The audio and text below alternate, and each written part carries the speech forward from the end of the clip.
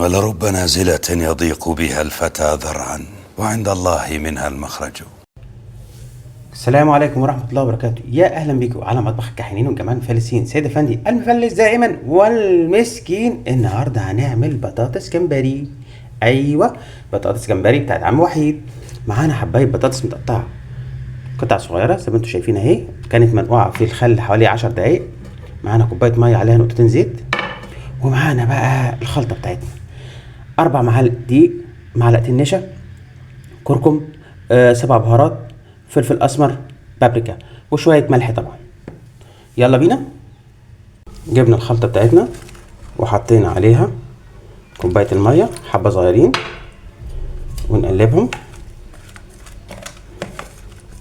ايوه احمد يمين يمين، ايوه ارجع شمال شمال، دغني دغني دنينا قوي. واخيرا بعد ما الخليط بتاعنا خلص هننزل بالبطاطس بتاعتنا ونقلبها اهي، نغطسها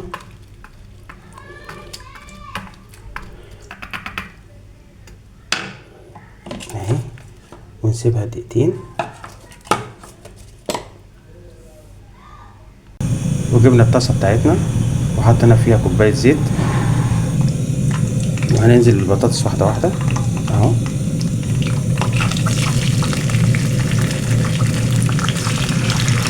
عشان ما تلزقش مننا.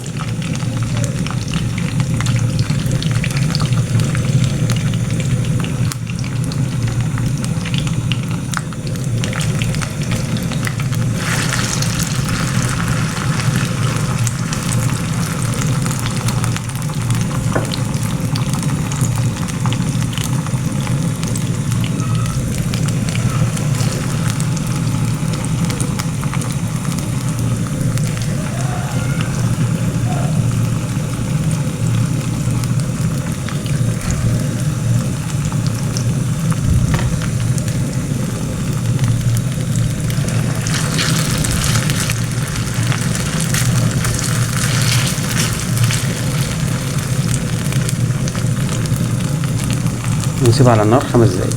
واخيرا زي ما انتم شايفين هننزل الحاجه بتاعتنا من على النار.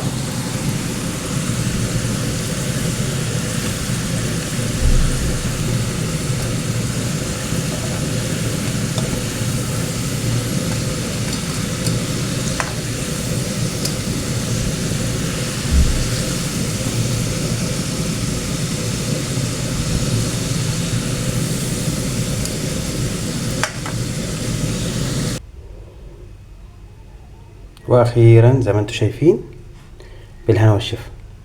اوعوا تنسونا في اللايك والشير. مطبخ الكحيانين والجمال الفلسطيني، سيد افندي المفلس دائما والمسكين. لايك وشير.